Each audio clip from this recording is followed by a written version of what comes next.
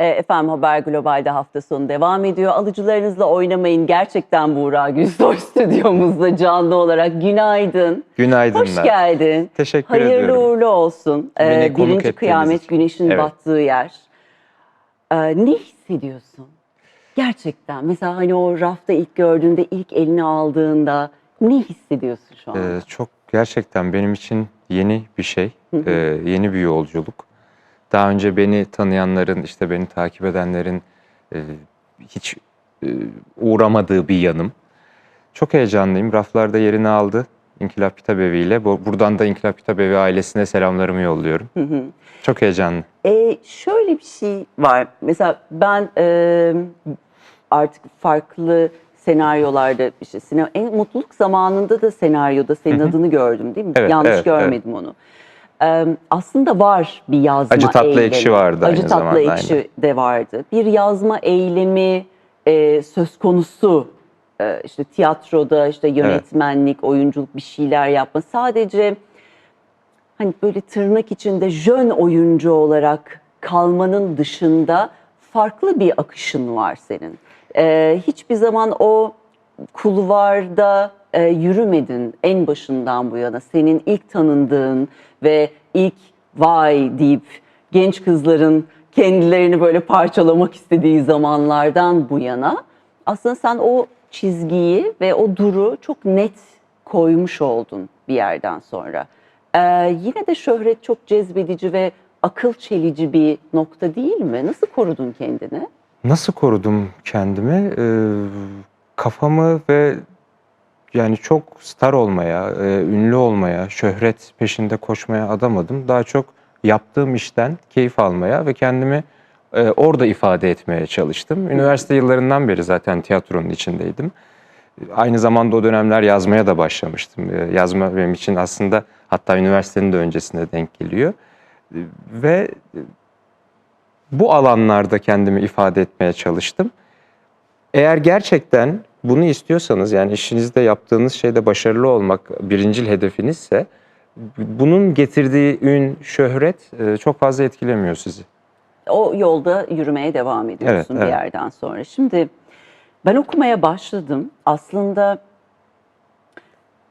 şöyle söyleyebilirim, iyi bir kitap okuyucusu olarak çok sindire sindire okunması gereken bir kitap. Bir okuyucu olarak Biraz öyle, bunu evet. söylüyorum. Yani hani sayfaları karıştırayım, hani böyle bir tatilde gideyim, uzanayım, lay lay lom okuyabileceğim bir kitap değil birazcık. Çünkü hani bir yerden bazen tekrar geçip düşünmen gerekiyor. Ağır bir hikayesi var. Evet. Burada tabii elbette özellikle gerçek bir hayat hikayesinden esinlenerek devam eden Sabri Mahir'in üzerinden giden, kurgulanan bir kitap. Sabri Mahir kim diyenler olacaktır muhakkak. Önce bir Sabri Mahir'i kim olduğunu bize bir Kim anlatsana. olduğunu? Sabri Mahir 1900 yıllarında İstanbul'da Galatasaray Lisesi, o dönemki adı Mektebi Sultani'de öğrenciyken Ali Sami Yen aslında kurduğu Galatasaray'ı Efendileri, bugünkü ismiyle Galatasaray Spor Kulübü'nde futbolcu. Aynı zamanda Mektebi Sultani'de okuyor. İşte o dönemin müdürü Tevfik Fikret var. Fikret. Ve o dönemin işte Monsieur Gori var, edebiyat öğretmeni. Bu çevre içinde büyüyor, yetişiyor. Ama kendisine, yani daha çok aslında hikayenin içinde var olan bir kısmı. Ben Sabri Mahir'in bütün o yolculuğunu ve hikayesini bir temel alarak üzerine o dönemi inşa etmeye çalıştım. Geçmişinden getirdiği bir yükü var, öfkesi. Ve bu öfkesini bir türlü yenmeyi başaramıyor. O ilk öfkesi de galiba işte aslında Türkiye'den gitmek zorunda kaldığı, işte oynadıkları bir maç sonrasında Evet, bir evet. rakip takımın futbolcusunu dövüp bundan dolayı Tevfik Fikret'in okuldan uzaklaştırılıp Evet, sonra evet. onun üzerine protesto yapılıp istenmeyen adam ilan edilmesiyle devam eden hatta bir süreç. Galatasaray Spor Kulübü tarihinde de tarihin ilk ceza alan Türk futbolcusu olarak geçiyor aynı zamanda Sabri Mahir. Sabri Mahir ya Tevfik Fikret öfkesini yenmesi için o dönemler daha hiç boks yok Türkiye'de. Osmanlı İmparatorluğu dönemi zaten. Ve edebiyat öğretmeni den yardım istiyor boks öğretmesi konusunda. Öfkesini dindirmesi için, ama öfkesi dinmek yerine aslında kendi kıyametlerine neden oluyor. Ve çok sevdiği vatanından, ülkesinden kaçmak zorunda kalıyor. Fransa'ya gidiyor. Oradan bütün ülkeleri gezecek. Bu arada birinci kıyamet olarak da kalmayacak. Devamı geliyor. Aslında 1900'lerden 1965'lere uzanan bir yolculuk bu. İlk çeyreğinde birinci kitap bitiyor. Çok heyecanlı. Sabri Mahir'i ilk ne zaman duymuştun? Yani çünkü şimdi şöyle bir şey var.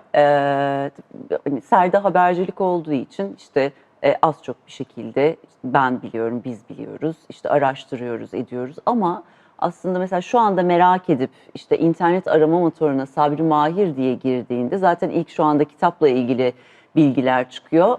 Birkaç tane siyah beyaz fotoğraf. Evet. Ve onunla ilgili yazılmış birkaç tane işte sözlük entry'si ve belki de işte Galatasaray'ın sitesinde bulunan bilgiler. Ya da belgeselleri de var. Ama hepsi aynı zaten. Evet, hani evet. copy paste edilmiş bilgiler. Evet. Yok. Sen nereden buldun? Yani burada Ve nasıl duydun Sabri Mahir'i? 8-10 yıl kadar önce ben zaten çok tarihteki yaşamış kişilere, insanlara, olaylara karşı hep böyle bir araştırmacı yönüm vardı. Araştırıyordum. Hatta var daha 2-3 insan daha var böyle çok kıymetli. Sabri Mahir'i ilk Muhammed Ali'yi araştırıyordum ben. Muhammed Ali'yi araştırırken dedim ki yani hiç mi bizim ülkemizde acaba bir Türk boksörü yok derken bir futbolcuya rastladım. O da çok enteresandır. Ve Sabri Mahir'in hayatını araştırmaya başladım. Dedim ki bu bir yolculuk hikayesi, bu bir kaçış hikayesi ve çok garip bir, tuhaf bir dönemde oluyor. Çünkü henüz daha 1. ve 2. Dünya Savaşı'nın başlamadığı yıllarda bütün dünyanın o karmaşa içinde olduğu bir dönemde tarihe tanıklık ediyor. Tarihin içinden geçiyor aslında. Ve dedim ki bunu yazmalıyım ben. Hatta İngiltere'de, Londra'nın ortasında esir olarak da Evet, orayı çok şey yapmayalım. Çok enteresan. Bir de çok yakışıklı adam. Çok. Ama bu Max Schmeling. Bu Alman olan Evet. çalıştırdı. Evet. Ama o da yakışıklı. Evet, o da yakışıklı. O da yakışıklı. Peki şimdi bu bitti. İkincisi de gelecek. İkinci kıyamet olarak devam edecek. Ne kadar ara vereceksin? Bitti mi mesela o kitap?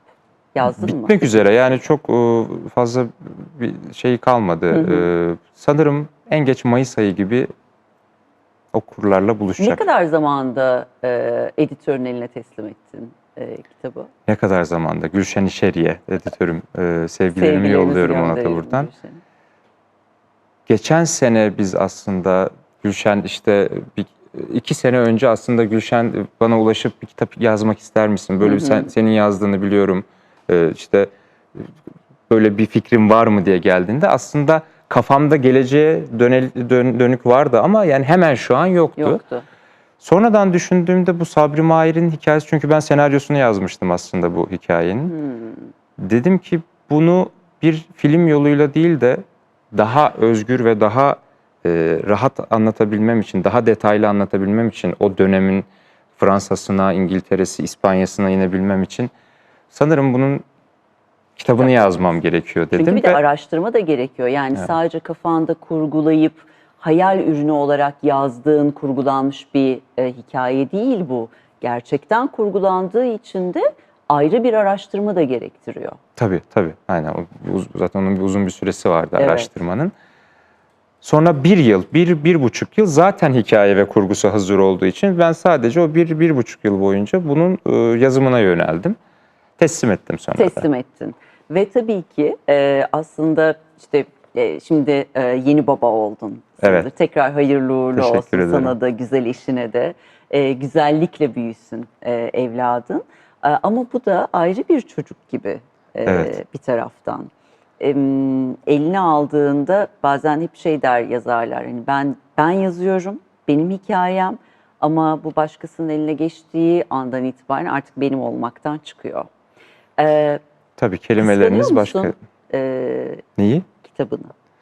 Kitabı ne anlamda kıskan? Yani başkaları eline aldığında, içselleştirdiğinde ya da senin anlatmak istediğini anlamadığında kendini kötü hissediyor musun? Aslında Ya yani da bu hisseder kitabın misin içinde sence? Sabri'nin içinde çok ben var. Hı hı. Benim fikirlerim de var. Hı. Benim düşüncelerim de var. Çok yakın buluyorum o yüzden. Yani %60'ı ben diyebilirim. Onun okurlarımla, okuyanlarla buluşuyor olması kıskanmaktan çok çok mutlu ediyor beni. Hı. Tanınması belki de, Evet, evet, bilinmesi. evet. Sen romantik değil fakat duygusal biri olduğunu söylemişsin bir söyleşinde. Şimdi bir taraftan da diyorsun ki Sabri'nin içinde de aslında %60'ında da hani ben varım, çok benzeş. O duygusallığın içindeki öfke ne kadar ya da o öfke seni besleyen ve belki üretmeni sağlayan şey olarak mı ortaya çıkıyor? Yani Sabri ile aramızdaki fark o öfkesini yani canavarını aslında Evet. ortaya çıkarmaya engel olamıyor. Hmm. Bizse yani ben sürekli o canavarımla mücadele ediyorum, evet. Peki iyi yönde kullanma gibi bir durum söz Evet konusu yani, oluyor evet mu? yani Hani o öfke her zaman için arada iyidir derler ya, o yüzden. tabii yani insanı motive de eden bir şey aslında. Onu iyi kullanmak gerekiyor. Hı hı. E, Hep şöyle bir şey vardır. Ben de işte anneyim, 2 çocuğum var ve hani çocuğun olmadan anlamazsın. Evet, hep öyle Çocuğu denir değil mi? olmayanların en nefret ettiği Evet. Şimdi ben klişelerden bir anneme babama tanesidir. karşı işte tamam artık anlıyorum var yani. Artık Sürekli anlıyorum söylenir. noktası var ya. En çok ilk neyi anladın baba olduktan sonra? İlk Cem doğduğunda ben doğumhanedeydim. Parmağımı tuttu daha göbek bağı kesilmeden önce. İlk anladığım şey yani birini ilk kez gördüğünüzde ve tanımadığınızda hani hep aşktan bahsedilir ya işte gördüm, aşık oldum falan. Koruma duygusu sanki yüklendi gibi. Sevgi, aşk, sorumluluk her şey yüklendi gibi. Hiç bir insana karşı bu kadar yoğun duygular hissetmemiştim. Ya O oğlumda oldu, evet. bu hayattaki korkuları ve kaygıları arttıran bir şey ebeveyn Arttıran bir şey. olmak Evet, gerçekten. Ve bitmeyen bir çile gibi de diyebiliriz belli evet, bir evet. zamandan sonra. Tabii şimdi sizinki daha bebek. Bebek, evet. Hani o 6 şimdi böyle aylıkta. birazcık pıt pıt pıt pıt pıt olmaya başladıktan sonra herkes bana diyordu ki büyüyünce iyi oluyor, kolaylaşıyor falan. Pek öyle değil, bak Değil. ben söyleyeyim Tamam. şimdiden. Bu arada öneriler bitmiyor değil mi Tabii yani? tabii, Yaparsın Kreş Can. bitmez sen. Tabii tabii. O çok iyi. İlkokul başka bir şeymiş. Bu sene onunla tanıştım. O yüzden o başka bir nokta ama o kaygı ya da o korku bazen hayatında işte sanatın içerisinde var olmanın getirdiği bir şey, bazen risk almak. Sizin meslekte daha da çok yeni şeyler denemek, risk almak. O korku olduktan sonra risk almayla ilgili duygun köreliyor mu? Kendinle alakalı. Hani şimdi şunu yapmayayım, arkada oğlan var, işte artık bir ailem var, sorumluluğum var. Bunu da yapmalıyım, aslında içimden gelmiyor ama para kazanmak zorundayım mesela. Sanırım daha dikkatli oluyor insan. Yani çocuğu olmadan önce evet tek sorumlu olduğun kişi sensin aslında. Yani birey olarak sensin. Tabii ki yanındaki insanlar var ama daha özgürce, daha risk alarak bazı şeyleri yapabiliyorsunuz ama çocuk olduktan sonra daha dikkat ediyor insan. Ediyormuş insan. Yani düşünün yani 6 aylık şu süreçte ben bunu anladım, evet. Ya inşallah uzun ömürlerle olsun, hep gülsün, Ya. hep güldürsün. Bu arada arkadaşlarım Sabri Mahir'in fotoğrafını da getirsinler. O Alman'dan daha yakışıklı olduğunu söyleyebilirim. Bak, Evet. işte Sabri Mahir. O dönemin O şortları da dönemin işte bunlar. şortları, o dönemin saçıyla beraber. Evet. Bir şey soracağım, bu hikaye daha sonra senaryoya dönüşür mü? Ki önce öyle yazmışsın. Senaryodan zaten Evet. romana dönüştü ama çok bütçeli. Yani inanılmaz bunun hakkıyla çekilmesi gereken bir film ortaya çıkıyor. Zamanı gelip de bunu gerçekten hakkıyla çekebilecek olan insanlarla paylaşırım filmi. Ama roman olarak kalmasını istiyorum şu anda. Çünkü herkes kendi filmini çeksin okurken. Biz aşağıda editörümle beraber sevgili Özkan'la işte Sabri Mahir'i, seni, o da şimdi bir taraftan kitabını okuyor, ben de okuyorum, paslaşıyoruz arada onunla. Konuşurken o şeyi söyledi hep, deriz ya, ya işte bu adam burada değil de işte başka bir yerde yaşasaydı, vay işte şimdi Sabri Mahir'in işte atıyorum işte Amerika ne ekmeğini yemişti. Biz niçin ki başından bu yana aslında halk oyunları, az önce Türk sanat Evet, müziğini evet, konuştuk. Kendi öz kültürümüzü de konuşuyoruz. Çok fazla yeriyoruz ama bir taraftan batıya da özeniyoruz ama yerelliğimizi ve gelenekselliğimizi de unutuyoruz. Bunu neden yapıyoruz? Niçin kendi değerimize sahip çıkmakta bu kadar aciz kalıyoruz? Evet, bu ne yazık ki gerçek ve aslında kendi coğrafyamızda, kendi kültürümüzde birçok zenginlik var. Bu gerek müzik anlamında olsun, gerek sinema anlamında olsun, gerek diğer alanlarda olsun. Biraz fazla batıya çeviriyoruz yüzümüzü. Sanki yanımızdaki, yakınımızdaki zaten burada.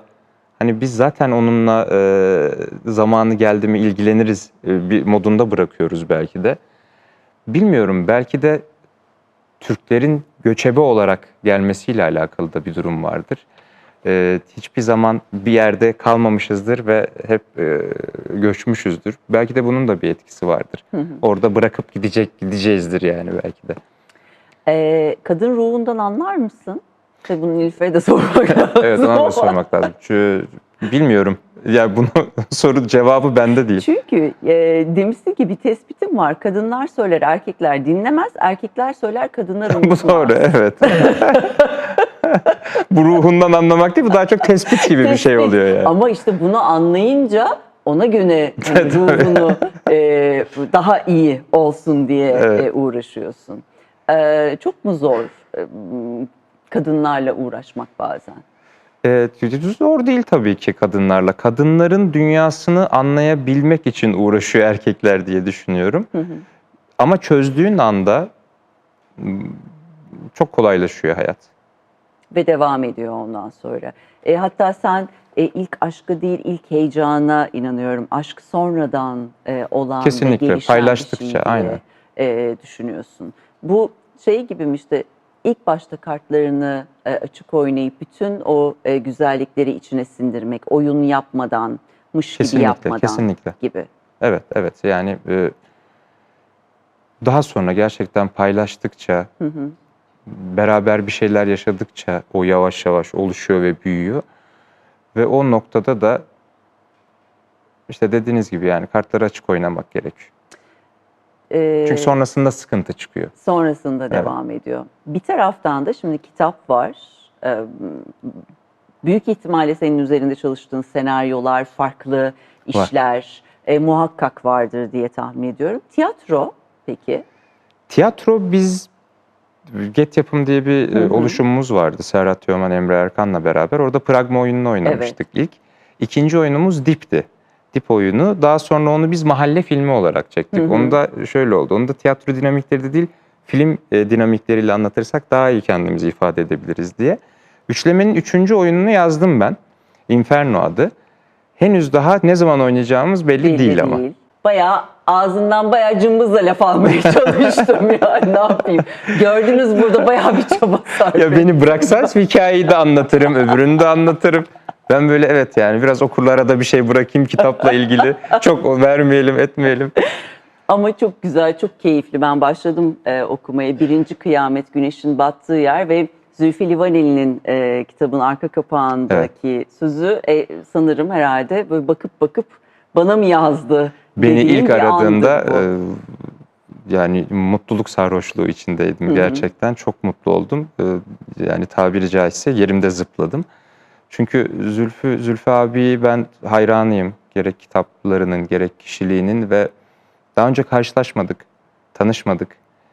Ama işte sevgili Gülşen İşer'i, Aren Şenorkyan İnkılap Kitabevi'nden dedim ki ben Zülfü Livaneli'ye kitap daha basılmadan önce okutmak istiyorum ve çünkü kalemini çok sevdiğim için onun yorumları, eleştirilerini almak istiyorum ki ona göre Hani baskıya girmeden önce son düzenlemelerimi yapayım. Ve konuştum, işte bir şekilde telefonla ulaştım. İşte böyle bir şey var Zülfü abi, yani hani okursan, hani yorumlarsan çok sevinirim, çok mutlu olurum dedim. Ve sonra döndü. Bir de çok yoğun işleri vardı şu an. O da bir film projesiyle ilgili çalışıyor. Bir de kitabıyla ilgili çalışıyordu. O araya sıkıştırdı beni.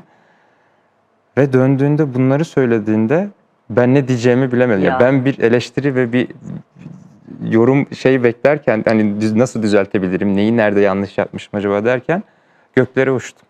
Ne mutlu sana. Çok, çok. Bu keyif devam etsin. Ne mutlu ki oğluna bıraktığın çok güzel mirasların olacak. Belki de bundan sonraki kitaplar başka çocuklar.